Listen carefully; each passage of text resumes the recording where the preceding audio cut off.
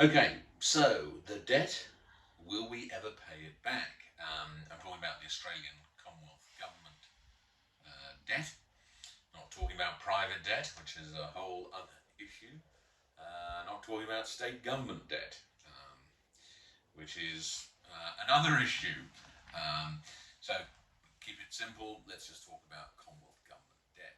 And it's already over 600 billion, and it's projected to end up at about a trillion over the next couple of years, and potentially top out at 1.5 trillion. Um, and that is certainly possible and likely that it'll top out there. I think it could go higher. I think it could nudge 2 trillion Australian dollars. That's 2,000 billion or 2 million million. Um, but interest rates are low at the moment, so that's one saving grace. And governments can spread risk over generations, which is a good thing a lot of the time. It is also an issue in terms of whether that's fair on the next generation, and whether you're simply bequeathing them a problem, or are you bequeathing them a better society that has more innovation, more science, more utility. So it's, six of one and half a dozen of the other, whether you're bequeathing them a problem or you're bequeathing them money well spent that's delivered them a better world. So, which is an interesting topic in itself. But will we ever pay it back? Well, we paid a lot of it back under the Liberal government of the late 90s and early 2000s, the Howard Costello government, because Peter Costello was quite zealous in terms of running the budgets his way and paying down debt and selling off and privatising where necessary to get that result and get the enterprise economy going in a, I suppose, a smaller version of what Margaret Thatcher did in the 1980s in the UK. But it's almost now the case, really, where the government debt is its own form of asset class, and you don't want to pay back all of it because some funds invest in it, and you need to have a liquid market. So it's almost, even though it's a debt is a liability, it's an asset class in itself, because some people want to invest in it, some people want to use it as a pricing mechanism as well.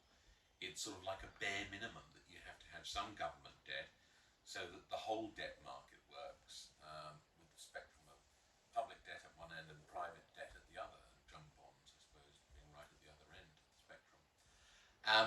So debt has its place. It probably shouldn't be paid back 100% at all. There should probably be a liquid market. For Australia, that liquid market's probably anywhere from, say, 400 billion to 800 billion. And that's the debt we should have, because the government can spend in some ways better than the private market can, because of such things as market failure.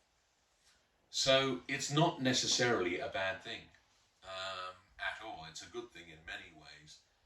And it looks as though the hawks, the conservative hawks, economic hawks of the past, who wanted us to just pay back debt completely, it looks like their views aren't in currency to the extent that would be followed. There is some level of government debt that is acceptable. And certainly the Commonwealth government, will need to spend to get us out of the health crisis, and build a sustainable recovery. And it may be that there's expenditure that has to be made now that should have been made 10 years ago, 20 years ago, arguably 30 years ago. And it's just caught up with us now. And it may have caught up with us, this expenditure on health and infrastructure, at a time when we're best able to pay, to borrow the money and to pay for things, and to potentially pay some of it back. So it may be a blessing in disguise, but the debt is here, it's here to stay, it won't go away completely, and it's a necessary thing. And we'll probably end up inflating our way out of it.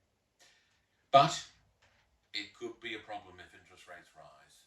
That's just the reality, and belt tightening needs to happen. So it's debt is a double-edged sword, I think it's fair to say, and it'll be interesting goes from here.